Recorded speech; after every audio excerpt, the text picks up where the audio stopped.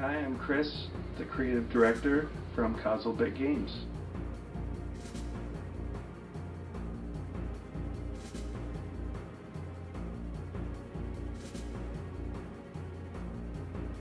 Well, I've wanted to make video games back as far as I can remember.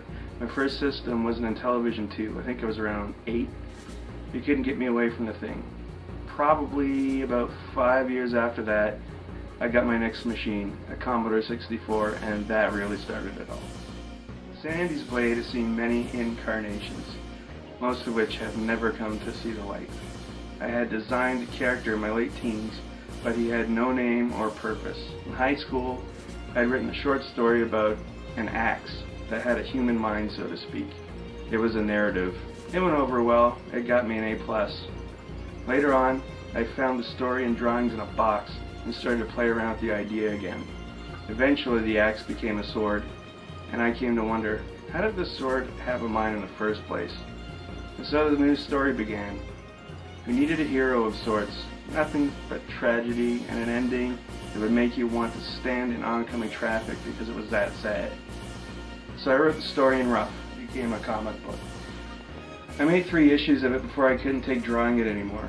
They were, however, never published. I went on to become a graphic designer a couple years after that.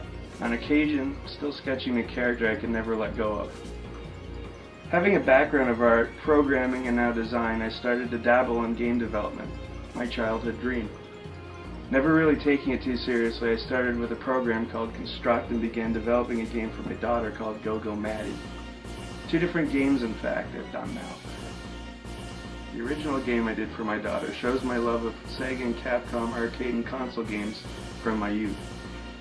This is about the time I met my friend and now the other co-owner of Bit Games, Davin Bigelow. When I got stuck with Go-Go Maddie, he was right there to help me with it. And one day I was telling him about my old comic and I said, wouldn't it be funny if we did like an old Nintendo-style game about this? Well, I took the joke too far. It started as me sitting there thinking, gee, I wonder what the main sprites would look like. Then it happened. I drew it out in 8-bit, NES-styled pixel art. I ended up animating it, thinking, guess I'll toss a little code in and move them around. And I kept building on it, and the next thing I knew, I had a completely working level with a boss fight. That's when I decided, hey, let's make this into a whole game. Davin joined on with me and started coding part of the boss fight and then the extra controls, and we just went from there. So I guess you could say that this was only ever meant to be just for fun, but by accident it turned into something much more. Well, we've been making this game in our spare time. We both have jobs. I also have a daughter I watch a lot of the time, and Davin also has university he attends. So we just aren't able to handle everything by ourselves. It's mostly just the music we don't have time for. I've contributed a few chiptunes to the mix, but we've hired professional chiptune musicians to handle the better part of the soundtrack. We have offered them what money we can from the Kickstarter as collateral for their time. We also have to incorporate, because that's just the thing you gotta do when you're running a company, and we also need to pay for Steam Green. We have a professional team of publicists that will be assisting us with everything during the Kickstarter and after. Their fees have to be paid. Then we come down to the Unity license and developer cost. We want to port the game to as many things as possible, but at the moment, since we've coded it in HTML5, we can only really port to Windows, Mac, and Linux. We want our game to be enjoyed by as many people as possible. Anything above our goal goes directly to our stretch goals. Wii U being our first at $10,000. This pays for the dev kit, but I believe there's also a Unity fee there as well. Davin and myself will only profit from the game sales, and even then a percentage of that will be saved towards the next project. I love pixel art, and I'm an old guy. I grew up with low res and it stayed that way basically until the end of the 90s. The games were short but fun and rewarding, and in my head I needed to start where I wanted to as a kid and work my way forward.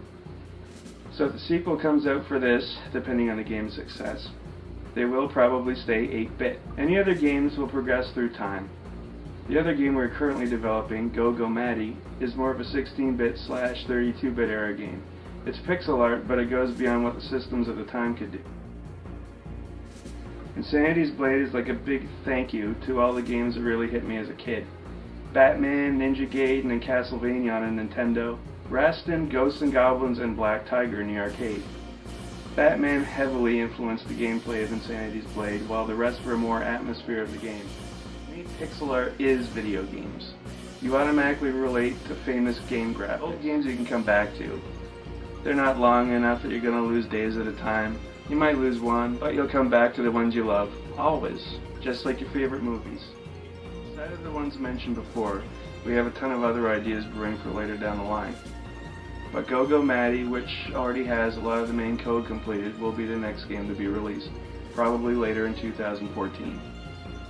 On behalf of Causal Bit Games, I just wanted to thank everybody who supported us so far, and anybody who will be supporting us down the road. Without you, none of this would be possible. So thank you.